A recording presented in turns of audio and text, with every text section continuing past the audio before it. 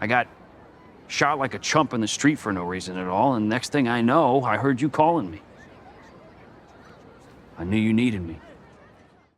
Welcome back, everyone. This is going to be my WandaVision Episode 6 video. There were so many Easter eggs and references, we'll break it all down. If you're brand new to my channel, be sure to subscribe to get all the episodes. I'm doing WandaVision, Falcon and Winter Soldier episodes, Loki, everything that's coming this year. This is just the beginning. We're doing the Disney Plus giveaway for memberships. All you have to do to enter is be a subscriber and leave your favorite Easter egg from the episode on the video. But careful for spoilers if you have not seen it yet, obviously. I'm assuming you have if you're watching this video. We'll start at the beginning of the episode, and then I'll just number these as we go along talking about Easter eggs. But this was meant to be a bit of a cross between their 90s and early 2000s episode because they were doing mostly a Malcolm in the Middle parody during the episode, and that's kind of an early 2000s show. You also probably noticed in the recap at the beginning of the episode, or before the episode started, they played a clip of Aaron Taylor Johnson's Quicksilver dying during Avengers Age of Ultron just to remind you about the difference with Evan Peters' Quicksilver. There were actually several moments in the episode where his character actually broke the fourth wall, so to speak, at least within the context of the Hex episode. Like, he knew that they were doing a TV show and that everything was weird. He knew what Scarlet Witch was doing the whole time. I'll explain why that was when we get to those parts of the episode, because they were actually pretty clear in explaining how he knew the things he knew and why he was acting the way he was. It's not what people are thinking, it's not some crazy Mephisto explainer, it's way simpler than that. But they do a brand new version of the intro scene. It's all Malcolm in the Middle. If you've ever watched that show, they filmed most of the opening scenes of the episode and a lot of the later moments in the same style as the cinematography from Malcolm in the Middle. The zoom in on Quicksilver's face, the cutaway gags, even a lot of the jokes were done in the style of the jokes that they did on Malcolm in the Middle.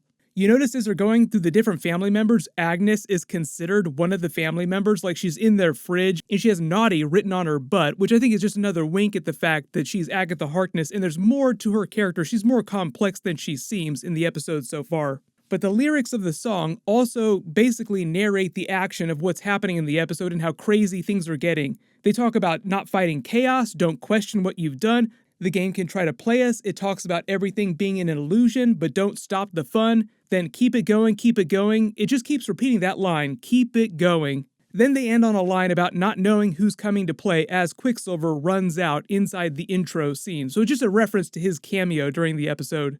They have Billy and Tommy talking directly to the camera, just like Malcolm did on Malcolm in the Middle. They make all kinds of jokes about Quicksilver being a vampire, then everybody starts coming down in their Halloween costumes, the classic comic book versions of their Halloween costumes, and they all wear the comic book costumes. It's actually pretty cool and pretty funny at the same time, the way that they play it. Scarlet Witch makes a joke about someone being bleeding, broken, or on fire. That's a Malcolm in the Middle style joke, but obviously foreshadowing for the end of the episode when Vision is basically getting ripped apart at the seams by the Hex itself. Don't worry, I'll explain what was going on with that. That was a big WTF moment, but it has to do with the nature of the Hex and how everything is meant to work. They revealed way more about what's actually going on than it seemed like they revealed in the episode. She says that she's a Sokovian fortune teller. That's just a reference to them being Romani in the comics, raised by fortune tellers, the Maximoffs. Quicksilver does the funny cutaway gag to when they were children in Sokovia trying to trick or treat, and it seems like there's a war going on behind them. They play it up for a lot of comedy, like this looks like a terrible place to grow up. Then they start that whole subplot with Scarlet Witch questioning the nature of reality and not being sure why Quicksilver's different and why everything seems different. Like, the way he talks about their backstory, she doesn't remember it that way. Why are you talking about that? It takes them to pretty much the end of the episode before they fully answer that question, but early on when she starts questioning him, like, wait a minute, why are you different? Why are things different? He kind of blows past it quickly without answering the question. The first time he says, maybe you just repressed all the traumatic memories of our childhood, which technically is not wrong. So a lot of his dialogue is actually commentary on what's actually going on with her. Vision comes down in his classic comic book costume, claiming he didn't have any other clothes in his closet because, the joke there is the way Scarlet Witch made everything in this new version of the Hex set during the early 2000s, she made it so that he didn't have any more clothes. And the look on his face lets you know that he knows that she's changing things and they're fighting, and Billy kind of references later when he's talking to the camera again, Mom and Dad have been kind of different lately. Part of it's just follow up on their big fight during episode 5, him questioning the nature of this reality, what's really going on, but also it's sort of a Malcolm in the Middle reference because Bryan Cranston's father character on that show was always getting into trouble, getting into fights with the mother. But he actually does start a bit of a fight with her. They kind of get into it and he challenges her briefly. I think the cane cola that they're shotgunning there is just meant to be a joke about off-brand Coca-Cola, but you could also think of it as a Garrison Kane reference. He was a character out of the Deadpool comics, he was also part of Weapon X, and he was also part of the six-pack team and use shotgun six-packs. Quicksilver steps in and says he's going to be the father figure for the night, going trick-or-treating with them, and then makes a bunch of jokes about the pranks he's going to pull with Billy and Tommy. Then Super Speed runs out and back in with Tommy, both wearing classic versions of the Quicksilver comic book costume, with his hair done up like classic Quicksilver. The reason why Tommy is dressed like that is because he's called Speed in the comics. He has powers just like Quicksilver, and they actually manifest their powers later in the episode too. Tommy's actual comic book costume is green, but it's based on the original green Quicksilver comic book costume. I think they just wanted to go with the blue costume just because they thought that looked a little bit better. She jokes about turning him into a pickled herring with her magic, and that's just a callback to the cutaway gag of them trick-or-treating and getting the fish. But also a reminder about her reality warping powers, because she could actually literally turn him into a fish if she wanted to. Back in the normal world, they start analyzing the 1980s Stark Tech drone that they had sent in the previous episode with the missile, which is still crackling with Wanda's cosmic energy. If you didn't spot it in last week's episode, it's actually got a Stark Industries logo on it, meaning that they got a lot of their supplies and tech from Iron Man and his father before him, which makes sense. S.H.I.E.L.D. also got a lot of their tech from Stark Industries. Tyler Hayward is in the process of going completely off the rails, which he does pretty spectacularly during the episode. Just as fast as Scarlet Witch, they're meant to be on these parallel arcs, like things are spiraling out of control on the show, and both of them are meant to feel like antagonists. Like Scarlet Witch is kind of an antagonist, but she's also a good character. Tyler Hayward is also working for S.W.O.R.D., so technically he's a good character, but he's acting kind of like a villain. In the way he goes on, it actually sounds like Hayward kind of hates superheroes. Like he goes on about how he feels like Monica Rambeau has been arguing on behalf of superpowered individuals as if it's a bad thing. Like people with superpowers are the enemies somehow, and it sounds more like something you'd hear from an X-Men movie with a character like Trask being all anti-mutant. So this could be some more Easter eggs and track work that they're laying for future movies with mutants and X-Men characters in the MCU.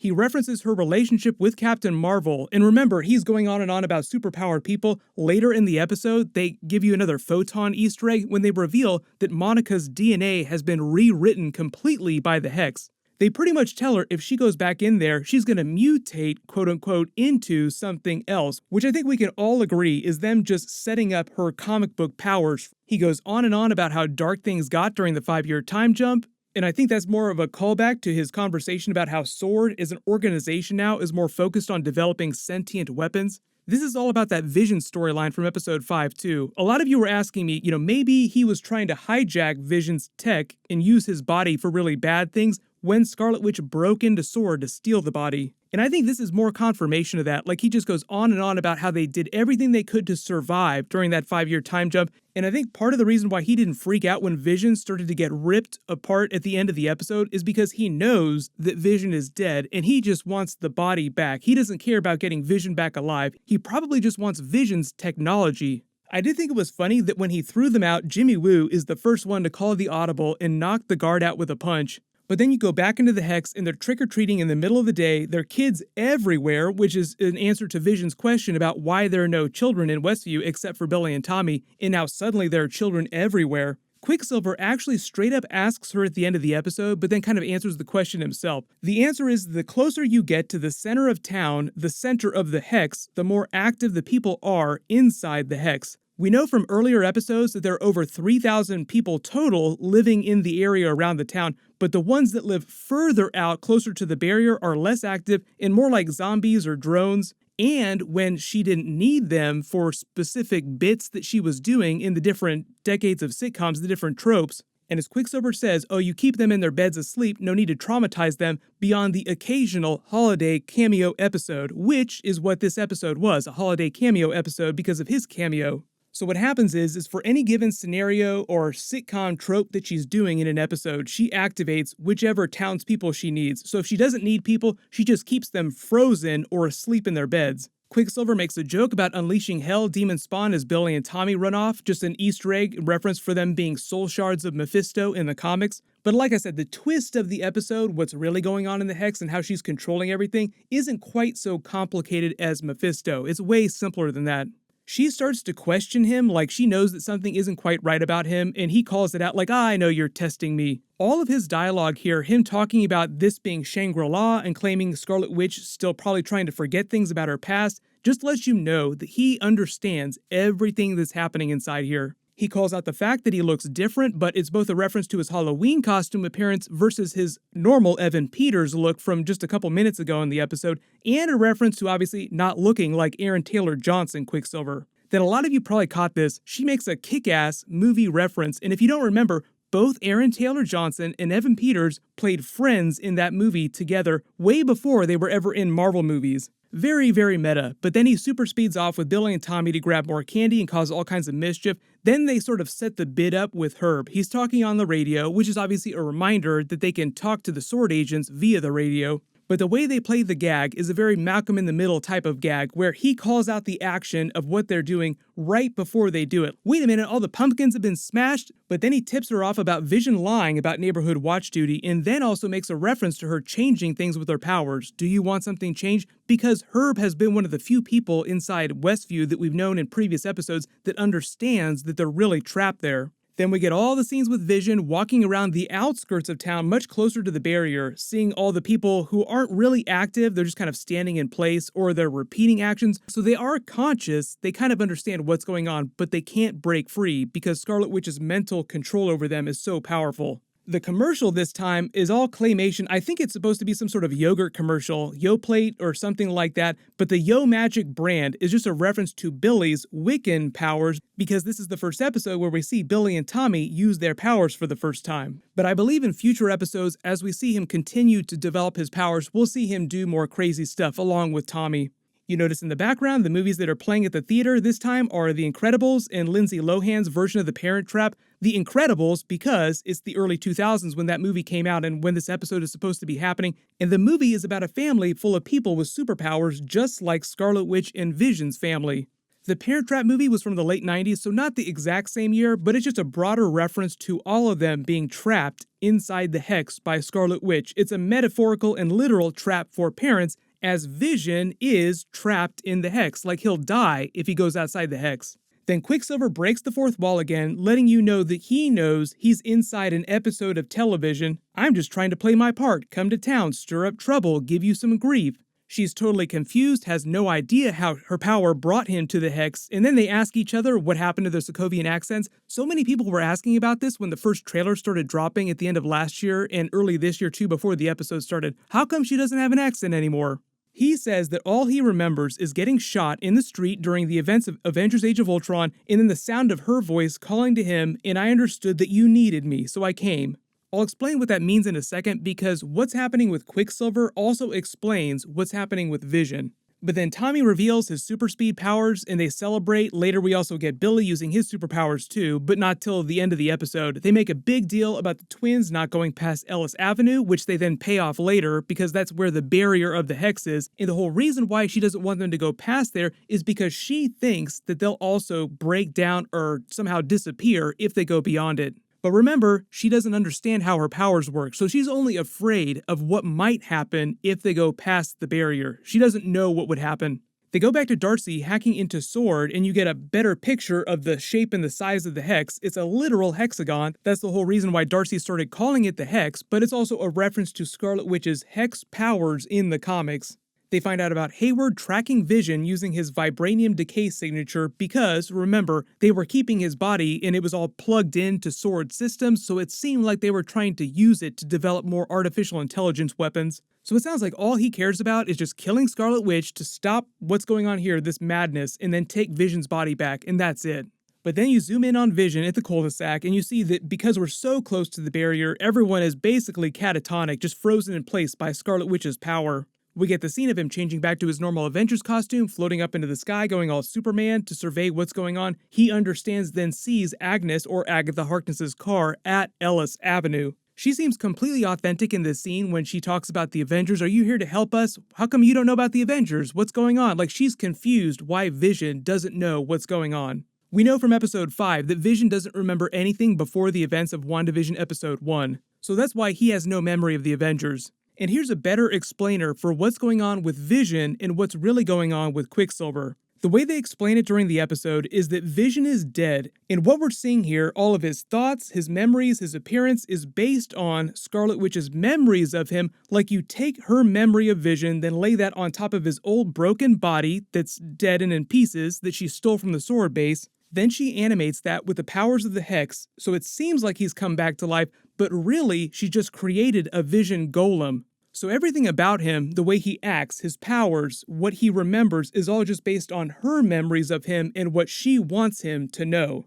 So that's why he knows some things, like he knows that he has special powers, but he doesn't remember the Avengers. But mentally, because she's breaking down, her ability to iron out all the inconsistencies and little errors that you spot in the episodes isn't so great. That's how you get to the Evan Peters Quicksilver twist. Quicksilver is essentially a Quicksilver golem, but just looks different because she did a bad job at creating him. He's got some of her memories of her brother, that's why he remembers dying in Avengers Age of Ultron, but has no other memories, and the stuff that he does talk about in the past doesn't sound right because she's getting things wrong in her own head. She's blocking traumatic memories. So X-Men MCU, Evan Peters' crossover Quicksilver cameo here is sort of like a botched golem that she just did a really bad job of creating. You also remember that she can only reskin other people, so this version of Quicksilver is really somebody else that she just turned into someone who looks like Evan Peters. Side note, that also confirms that it's not a multiverse twist, like he didn't jump from another universe, he didn't travel. When she says she called him